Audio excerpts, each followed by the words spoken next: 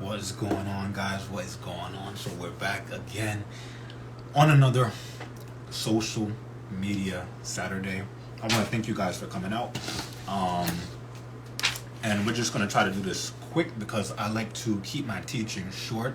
I like to keep all of my teachings around close to about 30 minutes to an hour, depending on how much time we have and depending on how much content is going to be in the specific teaching that I'm doing. Today's is not going to be super long since it's the first one. But we're going to have about 4 weeks of these. I have about 6 days of content. So just say it's going to be roughly about 4 to 6 weeks. And the good thing about this is that you guys are going to get a good amount of information that you can just take and use. And you can use it throughout the week. And you can rewatch the videos and pretty much use hours and hours and hours of research in about 30 minutes and use it throughout the week. So it'll help you. It'll help you get clear on your goals. It'll help you get clear on what you need to do. On top of that, it'll pretty much just be research that pinpointed what's needed to grow your account and get more clients and what's needed to really either sell something if you're selling something or if you're not selling something, then just pretty much getting more information on ways to promote what you do and to promote yourself online. So that's pretty much what we're going to be doing. So we're going to start off with the Hero's Creed. We always start off either every training or every live with this. Repeat this after me. I'm smart. I'm skilled. I will. Another new thing that we're doing is we're having our new slogan. So I want this to be embedded in your mind. I want this to be kind of what brings us together as a community and what helps us to just stay together and just make it a place where we can pretty much just connect. Because I don't like the whole idea of just people either just watching somebody and just say either following what they do or just supporting somebody from a standpoint of where they're looking up to them and they're just overall just copying what they do. There's no sense of community, and I always respect a heavy sense of community. So our slogan is respect to the heroes. So that's kind of our thing that we've been saying for the past week with my small focus group. That's helping me get more information on what to post and what I should be teaching. But we say respect to the heroes. So our pose will be this or this, but we like to pose while we say respect to the heroes. So since my old name was Don the Hero, I call you guys my heroes. So pretty much respect to the heroes. So moving forward, we're going to get into the teaching for today. So what I want to focus on for you guys this week, and this will be your homework pretty much until next week. And I'll check just based on when I check in with you guys and I check in and make sure how your engagement is doing. That's how I'll check the homework per se. But I want to focus on a few things, and I think I really want to focus this week on bios. So I'm going to be checking you guys' bios to make sure that they're concise, they're clear, and they're really, really captivating. Because you don't want somebody to rush in and read your bio, and when they read it, they're not really paying attention to what you have going on. And they might read it too quick, and then they'll slide off, or they're reading it too long, and they're reading too much into it. And sometimes when they read too much into it, they might get disinterested. So you want your bio to be really concise, but you want it to hold somebody's attention. But on the other hand, you don't want it to be super drawn out to the point where it's boring. So I want to focus on bios. So we're going to get started with that. So the important thing to look at with bios is you want to pretty much describe you and or what you do / what your page is about in about, I would say, probably 2 lines. You don't want to have too many words. 1 second. You don't want to have too many words. You don't want it to be a whole paragraph because psychologically, I understand that a lot of people say watch time is good with social media, specifically with Instagram. Watch time is good. Yes, that's true that it is good. However, when it comes to first impressions, you don't want somebody to just be reading something. And think about anytime you bought something. Typically, when you bought something of value or whenever you bought something that you wanted, the marketer made it really concise and clear of what specifically you were getting, so it was clear you knew exactly what you were getting, and then you stayed interested in subconsciously because it wasn't a lot of wordplay and a lot of talking. It was just, you know what you want. Think about a time where it's a really, really hot summer day, and you want some either ice cream or lemonade. Their slogan or what they're writing, it's not gonna be super in depth. It's, you know what you want, and they have it, and they might have like a slogan or something. Same thing with clothes. They don't really speak too much. Now, if you look at their PR or who their PR person is or their publications, of course they're gonna write down more. They're gonna have more information, but for the most part, their first impression will be based on how concise the message is. So you want to be as concise as possible. So for a good example, we want to be practical here. We want to be as practical as possible.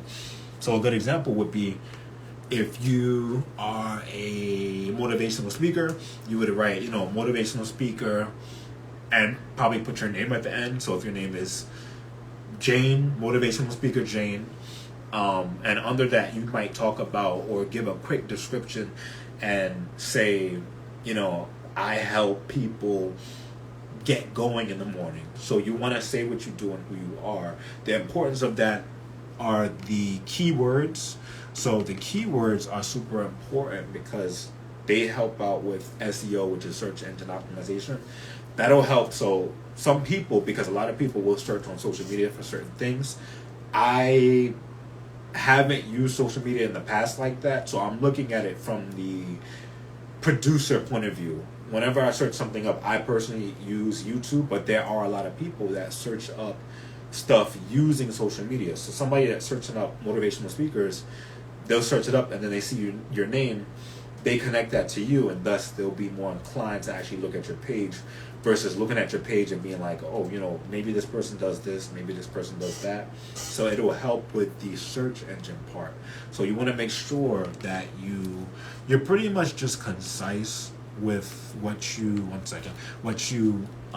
put in for your bio. Now moving forward from that, the other important thing is to add in something that makes you unique. So this is something that I've been working on with my focus group on Facebook for the past, I would say, week and a half, was making sure that they understand what makes them unique, because you got to ask yourself, what makes me unique? What is the reason why, or why would somebody actually click on my profile? Why would somebody actually watch my stuff or look at my profile? Why would they buy my services? And the important part is that you want to have what makes you unique in the bio, because people aren't going to always, especially if your page is on public, they're not going to always look at your content first. They're going to usually look at the bio. They look at the bio, and if you have something that stands out, typically, of course, it'll set you apart from the general public in that group. But on top of that, it'll spark interest. So say they have a problem, they need it solved, and maybe they need to be motivated. For example, with the public speaking, they need to be motivated. So you might say, I help busy moms get motivated in the morning. That sets you apart from a good percent of people, because of course you have a ton of motivational speakers, but not all of them specifically focus in on busy moms. So what makes it unique is that pretty much they're going to look at it and they're going to say, okay, wait, that resonates with me. Not only that, but it completely does separate you into your own category. Thus, you have a bigger audience that you can fully lock in on. So that's the importance. Now, let's put it in practical terms. If you're a motivational speaker, of course, you want to narrow down your niche. And we talked about that in the last training. But since you've narrowed down your niche, you put that in your bio, because people are going to see it and they're going to say, okay, there's something different about this person, so maybe I should pay attention or take heed to what they're saying. Now, moving forward from that, a good example that I use is with myself. So since I help people out with social media, what separates me from other people is the fact that with me, not only do I teach social media, but I teach it to a specific group, which are personal trainers. That narrows down my market, and that separates me from a lot of people. Not only do I teach it, but on top of that, I'm a trainer as well, so I can relate to them.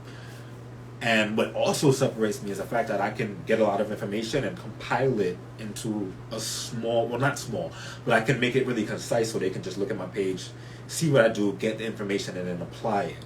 Versus all the other people that teach social media, they teach it to a broader range of people. So if I'm helping out trainers, they teaching it to people who do mountain climbing or do other stuff. It doesn't resonate, so it's harder to apply. But what makes me unique is that I'm able to give you something that's specific to you that you can apply. So that's an example with me. But the important part is you want to put what makes you stand out in your bio. So that's what we're going to be working on for the rest of the week, is showcasing your authenticity in your bio. And that's overall key. So next up, we have the actual practicality part of this. 1 second, let me get some water.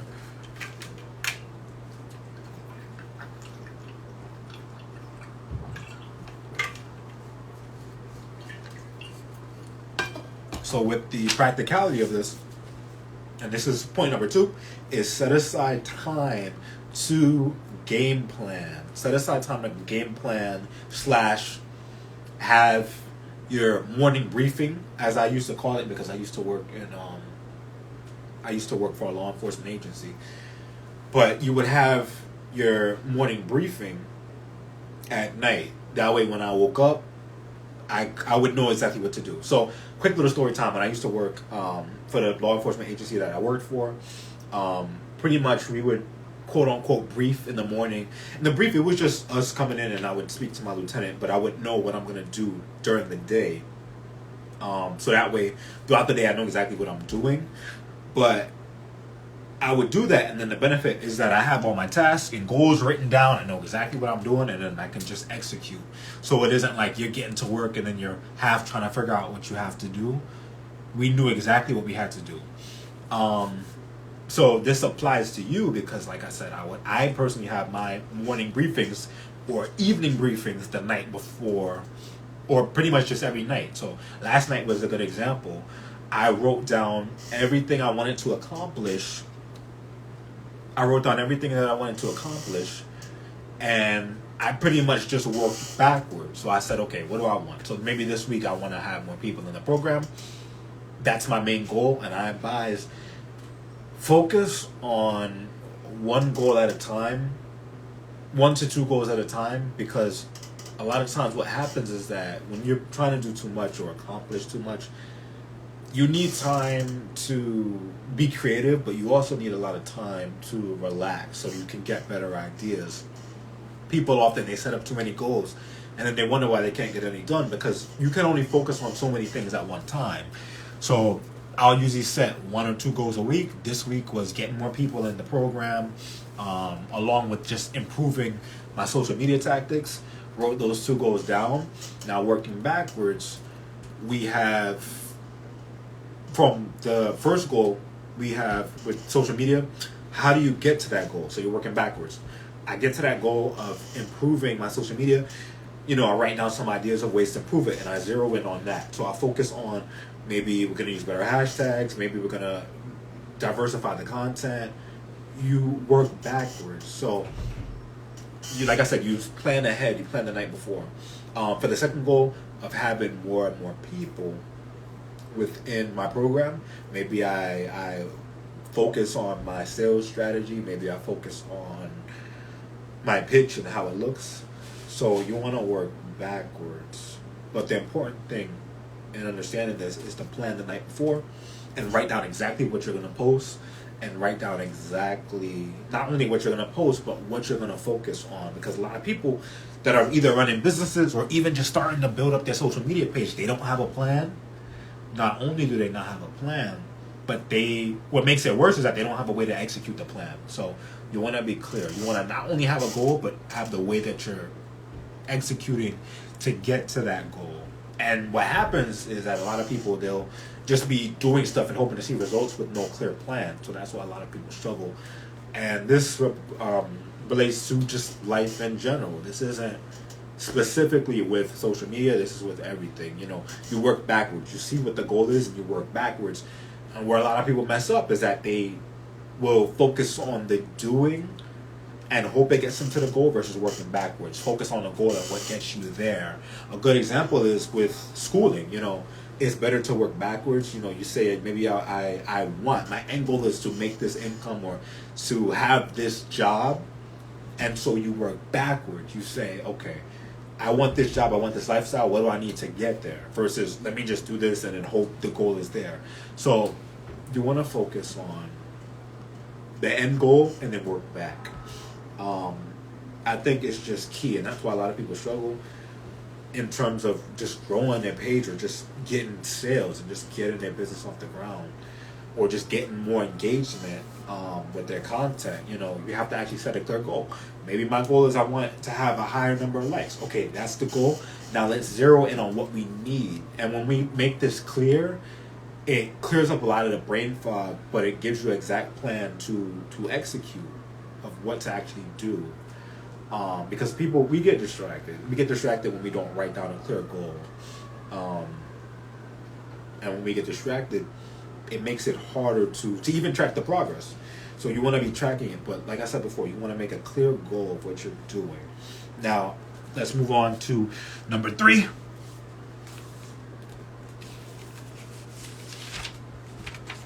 So number 3, number 3 is pretty much just going to be broken up into 3 parts, and then we'll go into the final part last. But number 3, and make sure you guys are writing this down. This is pretty much just going to be what I do during the day. This is pretty much how I structure out my content in a nutshell. So the first thing that I post, usually since I change up the times that I post depending on the day, you guys have to remember that a lot of people have 9 to 5, so you want to kind of structure your post around what most people have. Not a lot of people have jobs where they either work overnight or they work part-time and then they work like maybe in the middle of the day. They'll usually work 9 to 5, so you want to structure around that. The reason why I'm telling you this is because I would typically post, I think I posted at like 12 and then I did 3 and then I did 6. The problem with that is the 12 o'clock is cool, but the 3 o'clock, like I said, people are at work, they're tired. 6 o'clock, people are trying to get settled in at home. I was overall just posting at terrible times. So now I do 12, 5, and 10. 12 is, like I said, it's usually good. People are on their lunch breaks. 5 is good because, like I said, at the end of the day, people are checking their social medias. And then 10 o'clock, 9 and 10 o'clock, people are winding down. So you want to structure around the 9 to 5 when you're posting. The reason why I'm telling you guys this is because I'm going to explain how I structure my content throughout the day. So you want to be mindful of those times. I would suggest, like I said, it depends on your followers, what time they are most active. But like I said before, structure around the 9 to 5. Like I said, 12 o'clock is usually always good. 12 p.m. noon. But I usually structure my content in this way. So the first thing that I usually post is, and make sure you guys write this down, I make a post that entertains. You want to captivate your audience first. This usually will get somebody in because you'll have somebody who maybe they find you on the Explore page or they're just scrolling through content and they find your reel. And this will pretty much introduce them to your content. So you want to post something that's entertaining. Now, you don't need to post something that's unrelated to your niche. So for me, I'll usually just post something that's completely unrelated. However, I typically will post stuff that's related. So something entertaining in regards to fitness. I'll post maybe a fitness meme or just something that's really, really captivating. You want to entertain them. You want to draw them in. You want to at least give them a reason to click. So sometimes it'll be short content, but you do want to lean more towards your niche. So somebody that maybe does motivational speaking, I'll entertain them with something that's pretty much just short content in relation to motivational speaking. So it could be something that's saying, stop eating so much candy. Just something that's profound yet shocking, yet it doesn't have so much context to the point where they're going to want to watch it to get the content. So you want to pretty much just captivate them. That's the first post. Post number 2 is to have a post that shows value. So we'll go back to the example of the motivational speaker. You provide value by showing, what you do, what you teach. So this is going to be the meat of what you post. This is going to be the highlight of what you post. You want to pretty much go all out in the teaching. Well, not teaching, but all out in the value post, because this is going to be the majority, not majority in terms of number sense, but this is going to be where your expertise is. So, you're putting your best posts here. These are going to be your value posts. So for me, I do fitness stuff. So I'm going to do my fitness post, fitness teaching, social media teaching at this time. This is going to be post number 2. Post number 3 is going to be your selling / promotion / entertainment. I would mark these as 2, as entertainment, promotion or entertainment. The reason why I'm saying / is because you don't always want to be selling, because people, especially with social media, they go on to relax, to connect with people. They don't always want to see ads. So you want it to be subtle sells. You don't want to sell too much, but you want to know that it's there. So that's why for me, I only sell Monday, Wednesday, Friday. The weekends I don't sell, and Tuesday and Thursday I don't sell. In place of the selling, I'll have entertainment, but you want it to be subtle. So, like I said, the third thing will be either what you're selling or what you really want to convey. So, like if you're doing motivational speaking, maybe if you have a mentorship, you can slide this in there as that post. Or, like I said, do like me and just entertain. But like I said, since I sell courses and I mentor people and I train people, I'll put those in there. So you want your third post to be your selling, aka promotions, or your entertainment. So those are the 3 things that I use to structure out my content. It gives it the diversity, but on top of that, it gives you some predictability so people know what to expect. But it also gives you metrics so you know what's doing better, what people actually want. So that gives you the diversity. So you're not just waking up and saying, oh, what should I post today? What works, what doesn't. It'll give you a guide of what you should be posting, and it'll give you more data on what works and what isn't working. So my bonuses are the stories. So the important part of the stories is it gives you that connection with your followers, with your viewers. You're not going to have people off the Explore page find your stories, because they usually have to either be following you or have to come across your page first. So this is going to be a lot more intimate in terms of the stories. But I like to have a story that's usually interactive first. Something like a slide or a quiz. Something interactive, or maybe a poll. You want to get the engagement up, pretty much your engagement up as early as possible, because the algorithm is going to notice. It's going to notice, they're interacting with this person's story. So let's push it out more. And on the back end, it'll push out more of your reels and other content.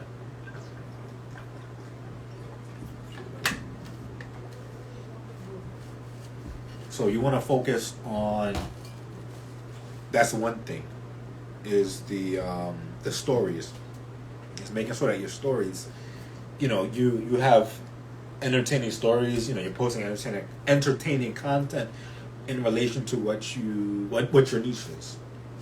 So for me, since I'm in fitness, I'm posting fitness memes, just entertaining fitness stuff. The next important thing, and this is key, you should write this down, is with your stories is making sure that you're showing your life. I think it's good because it shows that you're human. It shows that you are a person. It shows that you're not just trying to promote or sell. It shows that you have diversity of content too, because we know people who they just post and never show their face, and typically you're not gonna always watch their stories. Now you'll watch their content, you'll watch their reels, you'll watch other stuff, but people that we watch their stories, they're usually showing them and their life and different aspects of their life. But if you're just reposting stuff, like I said, you can get away with that, but you'll get much more engagement on stories if you're posting you. So those are 2 little bonuses for stories. Now, that is number 3. We're going to get to the last one. I'm doing good on time. The last one is to do your research. So this is the one I want to spend a good amount of time on. you want to do your research, and when I say research, you want to look at what's questions are being asked on social media in regards to what your niche is and what you're posting. So when I say that, for example, I'll use me. Actually, no, I'll use somebody who sells. Maybe they sell cosmetics, or maybe they run a makeup page. They do makeup tutorials. So somebody that does makeup tutorials, they should go and look at the questions or the comments that people have on other big makeup tutorial pages. So somebody that does makeup and they're like really big and they have a lot of followers and a lot of engagement, I would look at what questions they have, and you answer those questions with your own content. You want to see what's trending in terms of the questions people have and what content people want in that niche. So the best way to do this, because like I said, I like to be practical, I go into Google Trends. So you go on Google, you type in Google Trends, you'll find it because it'll be the first one that comes up. And the beauty of it is that it shows the most popular searches that people are looking for, and what's overall trending. So last night was a good example. I did this. I looked up, what was trending in health and fitness, and I noticed an interesting thing was acne. So that gives me, one, something to solve, and two, it gives me a content idea. So I can maybe for my teaching, I'll do a teaching on, how I cleared up my skin. One, because people need help with that, but two, it's what people are searching, they're looking for. And three, it's something that I went through personally, and that helps as well, because fitness, and not just fitness, but health, helped me to clear up my skin. So Google Trends is a really, really, really helpful tool. It'll help you out a lot. It'll help you out a whole lot. It'll help you pretty much, figure out what content people want, but also solve problems. And I'm seeing the results. I've been doing it for about a week on and off, but this week, so a week from now will be my full week of using it every single day. But so far it's been really, really good in terms of helping out. And like I said, it gives you content ideas. So look at Google Trends. So for example, if you're a motivational speaker, maybe see what's trending and then connect what you teach to that. So something that was trending recently was, what was it that I saw? It was, I think it was with football. I forgot who was playing. But you can connect the motivational speech to that. And it connects two people. I think of it like a sponsorship. It'll connect the people who are into motivational speaking, and then it'll connect somebody that's looking at sports, and then they'll say, oh, I see a motivational speech on a topic that I'm interested in. So you want to do that. You want to optimize trendy topics, and speak on that. This doesn't mean you need to do trends. Some people do. I mean, they're cool, but you can use trends to pretty much come up with content ideas. So for me, what was trending in health, another thing was, I think it was the weight loss teas. And the best thing for me to do was to, do my value/teaching posts on my view on those teas. And I got a lot of views because, it was trending. It was a question that people had. And like I said, it gave me content ideas and it solved the problem. So you want to use Google Trends. I think those will help you guys out a lot. So Google Trends is key. Let's see, what's the next thing? So that was number 4. And I'll give you guys a bonus. So that's how you do the research. Actually, I won't give a bonus. I'll continue. That's how you do the research. So like I said, you do your research the day before. And you're pretty much just scouting out your competition. You can look at what your competitors do and see what they're talking on. I don't want to say, because it's not copying their idea if you have a response on something that they covered. But you shouldn't just copy, exactly what they're doing. But like I said, you can look at them for inspiration. And maybe a problem that they solve, you solve it in your way, and then you post about it, or you make that your post. So to be practical, maybe for me, my competitor, they might solve a problem or they might speak on, like I said, the fat loss teas. I give my 2 cents on it in my own way, and I pretty much, just enter the conversation and got more content without having to think of it. So you want to be efficient. You want to spend, like I said in the last live, you want to spend your energy, your mental energy, creating versus wasting time thinking of what to post and what's popular and what's not. And like I said, this gives you some diversity of content. But a lot of people, they create pages and then they post on stuff that's, not trending or stuff that people don't want. So that's the importance of looking at trends and doing your market research. Focusing on what people want, focusing on what questions people have, and when you start solving those, you start getting more traction because it provides value for people. It's important. And then the secret sauce is when you add your own authenticity to it. So you're not just in the warm because you're going with the flow of what's trending, of what's what people want, but you're unique, and then that's what makes you stand out. That's typically how people go viral, because they're going with what's trending or what's hot, but they have their own unique twist to it. So those are the 4 teachings for today. We're gonna have our next social media Saturday next week. That'll be week 2. I'm gonna keep the same time, 6:00 Eastern. And yeah, those were the 4 tips. So the first thing is, like I said, that we're going to be working on is the bios, making sure your bios are good. Set aside time to game plan the night before. Know exactly what you're going to post, how you're going to post it. Next thing is the content strategy. So like I said before, a post that's captivating, that's entertaining, a post that creates value. Like I said, this is your meat, this is your expertise. The last one is what you're promoting, what you're selling / entertaining. That's why I said I don't always sell. I only sell Monday, Wednesday, Friday. The other days I'll post entertaining stuff. And then the fourth one is doing the research. Like I said, SEO, using Google Trends. So that's all I got for today. Today is Saturday. I hope you guys had a really good Saturday. I want to thank you guys for coming on. Like I said, respect to the heroes. Thank you guys for watching. I'm going to do my live show in about 25 minutes, so if you want to catch that, you can. I'm going to have a guest on as well. We're going to be talking about, well, I'll let you guys look at my bio. You can see what the topic is. But I want to thank you guys again for coming out.